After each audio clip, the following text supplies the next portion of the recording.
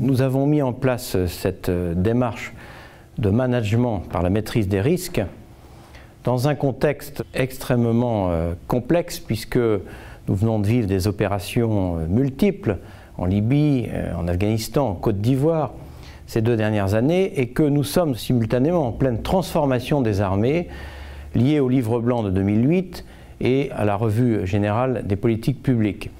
Et donc, tout en se transformant en profondeur, puisque j'ai 80 chantiers de transformation aujourd'hui à conduire, nous avons mis en place cette démarche. Alors, qu'est-ce que nous voulons au travers de cette démarche? C'est d'abord avoir une clarification dans l'analyse des risques que nous courons au travers de ces différents chantiers. Cette analyse doit être complétée ensuite par un véritable contrôle interne dans beaucoup de domaines. Et pour ce faire, nous avons créé ce qu'on appelle le C2A, le Centre d'audit des armées, qui est mon outil opérationnel de management pour l'évaluation de ces risques et les conseils indispensables, l'aide au commandement dont j'ai besoin pour conduire la manœuvre. Le Centre d'audit des armées est extrêmement important en termes de réactivité. Bien sûr, c'est une machine à produire des recommandations, des conseils, des directions, mais c'est aussi une machine extrêmement réactive. Nous nous situons pour l'essentiel dans la démarche de l'audit dans un management classique. Donc ces normes, nous les avons acceptées et nous les utilisons au quotidien. En réalité, nous sommes tout à fait comparables en termes de management à une grande entreprise, à un grand groupe. Le Centre d'audit des armées est utilisé de manière très polyvalente. Je l'utilise pour préparer la conduite d'opérations, par exemple en matière de cyberdéfense, nous avons fait un audit.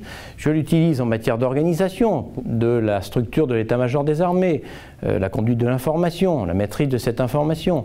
Je l'utilise aussi dans des dossiers plus urgents. J'envoie le Centre d'audit des armées.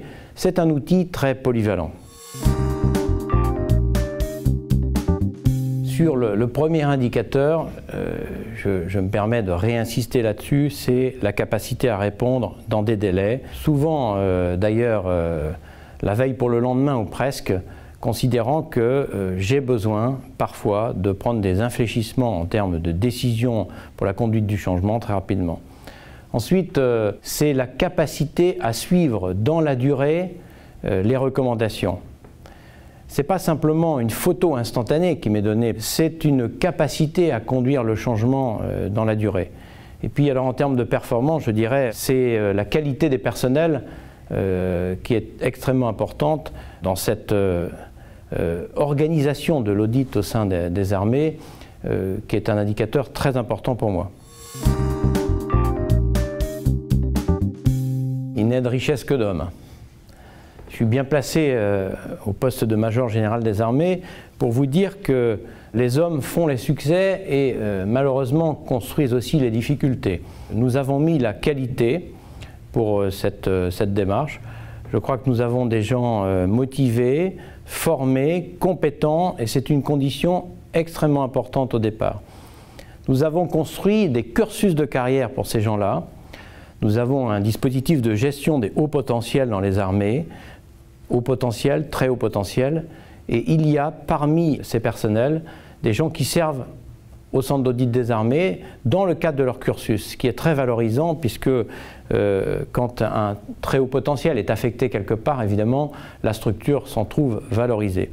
Cette démarche de qualité des personnels est essentielle. Certains peuvent durer 4, 5 ans, voire plus. Nous n'avons pas de règles en la matière. Le minimum exigé est 2 ans et la bonne durée, c'est 3 ans.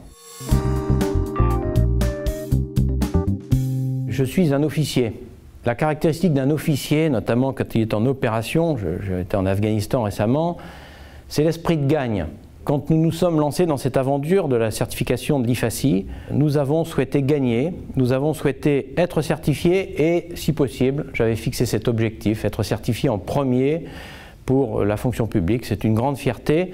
C'est une reconnaissance de la part de spécialistes de la qualité du système que nous avons mis en place.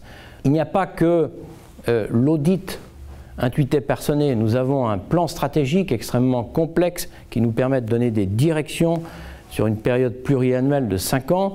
Nous avons un système de contrôle de gestion avec des indicateurs, des tableaux de bord couplés autour de ce C2A et de ce dispositif d'audit.